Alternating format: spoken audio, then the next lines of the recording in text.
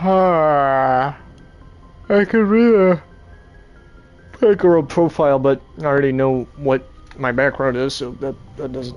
I don't need to read that. Prothean. Prothean Beacon downloaded his knowledge into Lieutenant Commander on Eden Prime, causing confusing dreams and visions. While the imagery is becoming clearer with time, the meaning of the beacon communication remains elusive. It has been suggested that Prothean data recording is highly dependent on a certain point of view, what Carl Jung described as the collective unconscious.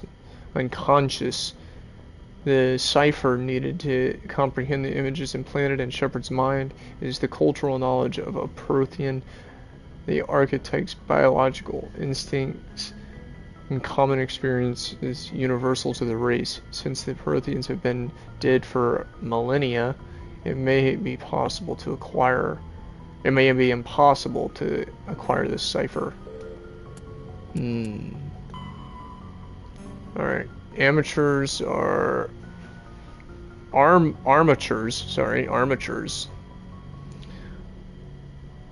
quadrupled.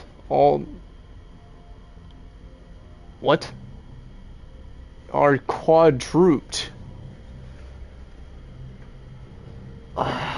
I can't read. Are quadruped all-terrain heavy weapon platforms, blah blah blah.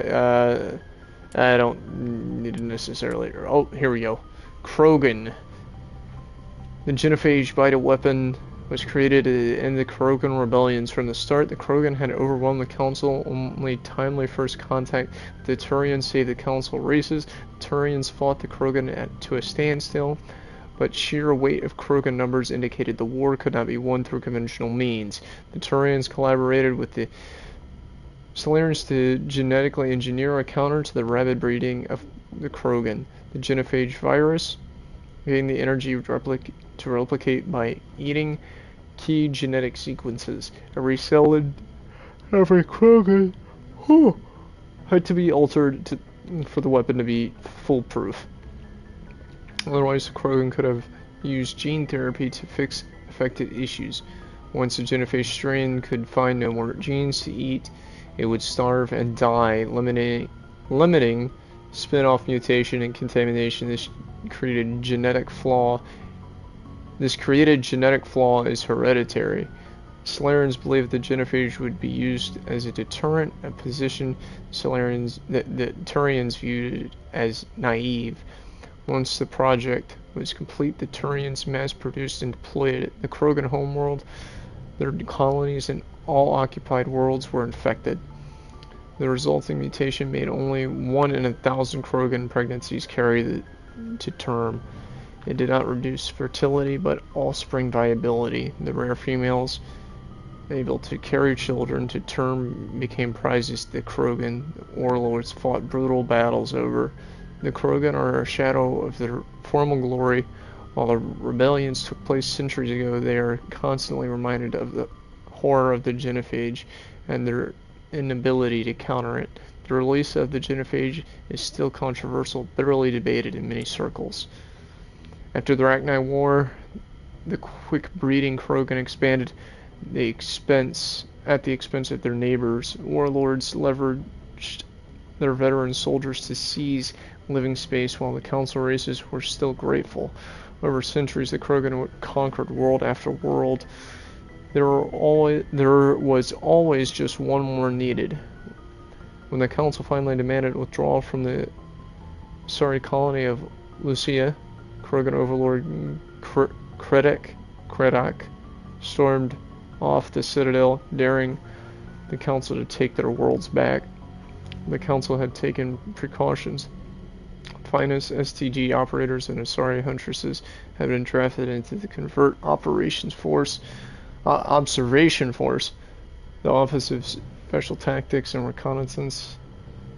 The Spectres opened the war with crippling strategic strikes. Krogan planets went dark as computer viruses flooded the extranet. Sabotage emitter refineries disappeared in blue-white annihilation. Headquarters stations shattered into orbit. clog and debris ran by placed suicide fighters. Still, this only delayed the inevitable. The war would have lost if not for the first contact with the Turians, who responded to Krogan threats with a prompt declaration of war. Being on the far side of Krogan space from the Council, the Turians advanced rapidly into lightly defended Krogan rear areas. The Krogan responded by dropping space stations and asteroids on Turian colonies. 3 worlds were rendered completely uninhabitable. This is precisely the wrong approach to take with the Turians. Each is the first foremost a public servant willing to risk his life to protect his comrades, rather than increasing public war wariness. Krogan tactics stiffened Turian resolve. The arrival of Turian task forces saved many worlds from the warlords' marauding fleets, but it took development of the genophage bioweapon to end the war. There were decades of unrest afterwards. Rogue warlords and holdout groups of insurgents refused to surrender or disappeared into the frontier systems to become pirates. So much reading.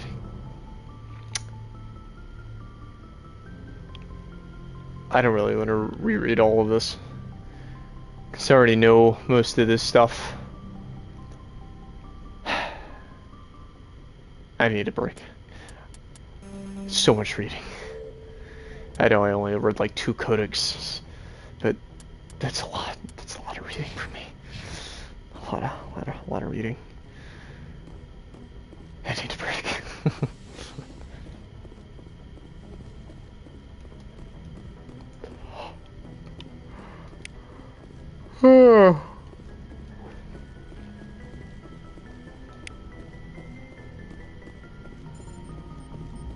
I prefer gold to silver, you know, for my medal.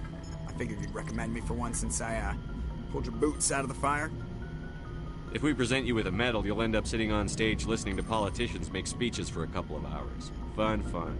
That's a good point. They'd probably make me shave, too. I spent the last 7 weeks working on this baby. No medal's worth that. So, Commander, why don't you tell me why you're really here?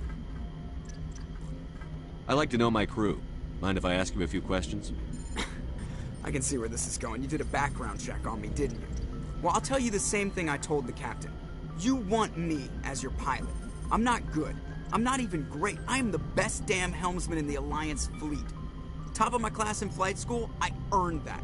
All those commendations in my file, I earned every single one. Those weren't given to me as charity for my disease. I'm sorry, Joker. I didn't even know you were sick. You mean you didn't know? Oh, crap. I don't even know if you have the option to read people's files until you start talking to them. Even with crutches and then you could like read their codexes, I think. I don't think you can actually read files. But I've learned to manage my condition, Commander. Put the Normandy in my hands and I'll make her dance for you. Just don't ask me to get up and dance unless, you know, you like the sound of snapping shin bones. It's pretty obvious how he got his nickname, dude. Why does everyone call you Joker? It's a lot shorter than saying Alliance Flight Lieutenant Jeff Moreau. Plus, I love to make little children laugh. I was just thinking how much you remind me of Santa Claus. Look, I didn't pick the name. One of the instructors in flight school used to bug me about never smiling. She started calling me Joker, and it stuck. Why didn't you ever smile? Hey, I worked my ass off in flight school, Commander. The world's not gonna hand you anything if you go around grinning like an idiot. By the end of the year, I was the best pilot in the academy. Even better than the instructors, and everybody knew it. They'd all got their asses kicked by the sickly kid with the creaky little legs.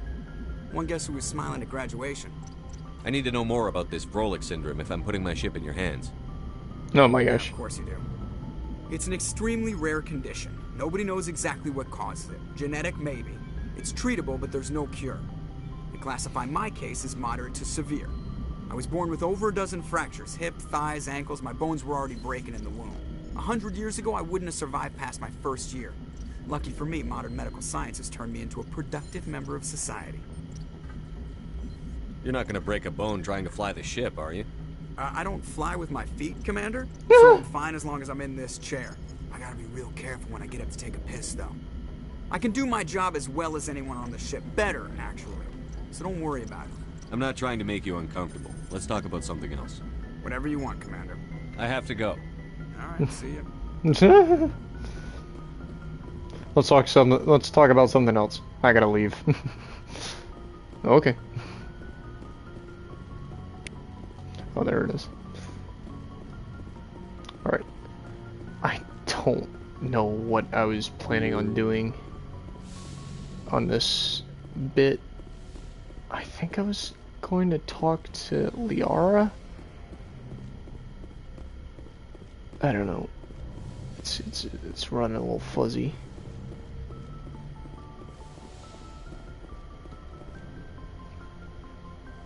I could have just checked the stream from last time. Commander, are you coming to check up on me?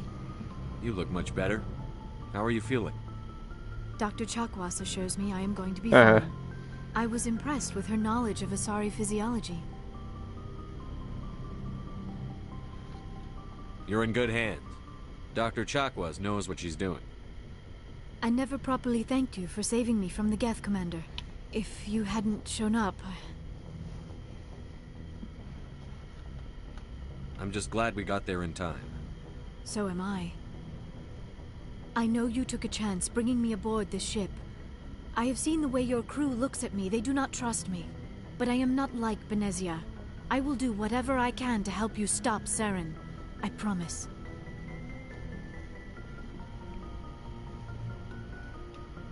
Don't worry, Liara. I trust you. I know you won't let me down. It means a lot to hear you say that, Commander. Thank you. Why, though? Is it because of the position I hold? That would make sense. But, I mean, we just met. Like, you really don't know that much about me. She, like, knows, like, 3 things about Wumpo.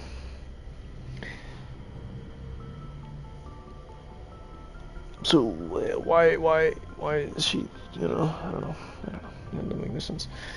I think I left my phone somewhere, and I don't know where it is, which isn't good. My girlfriend's gonna chew me out if I don't respond to her text. Oh, there it is.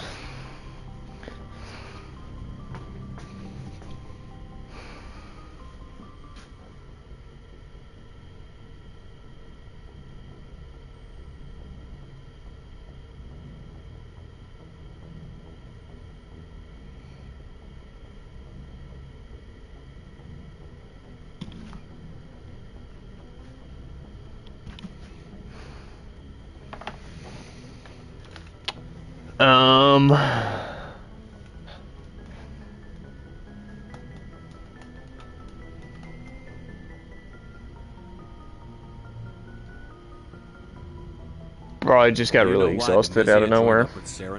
I don't understand it. She was always outspoken about the need for the Asari to become more involved in shaping galactic events.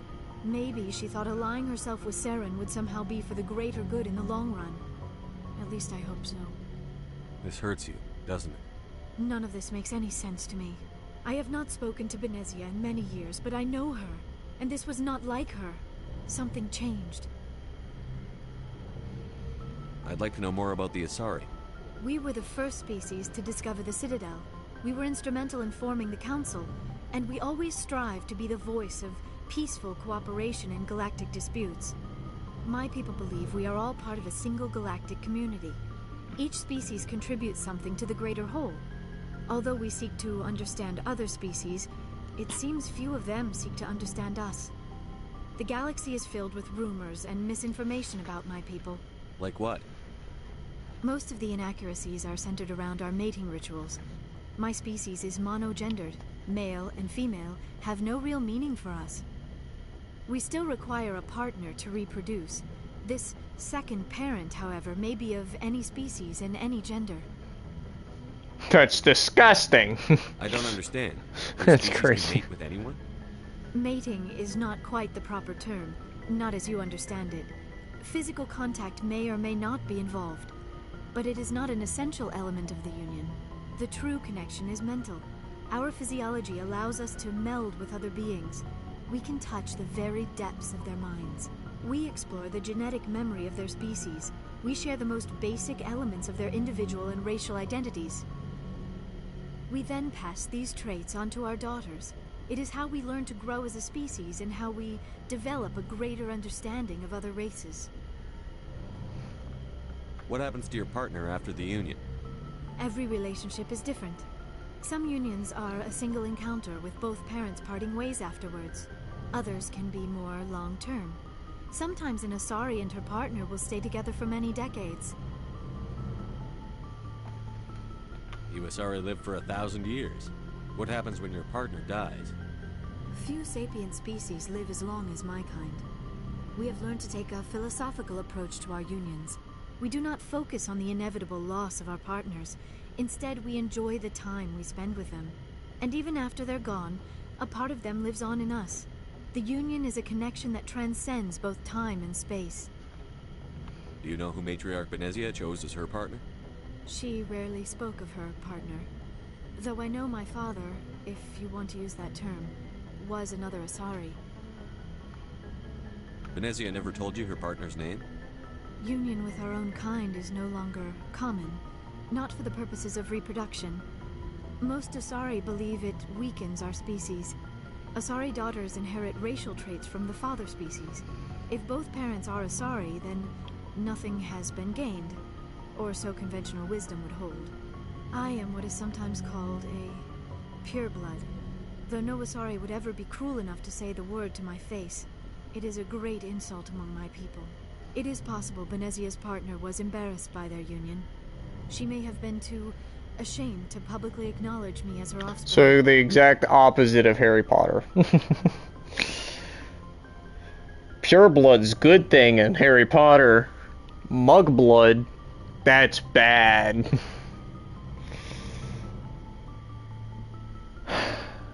I'm exhausted. After this conversation, I gotta go to bed. I don't know how that hit me out of nowhere, but I gotta go.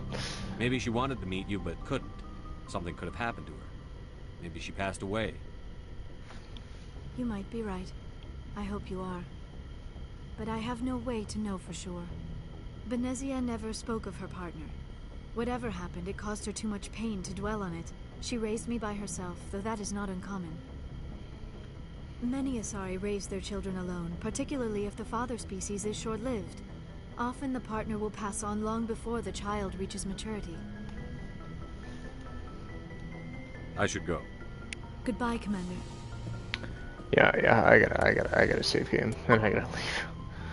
I don't know why I just got so exhausted out of nowhere.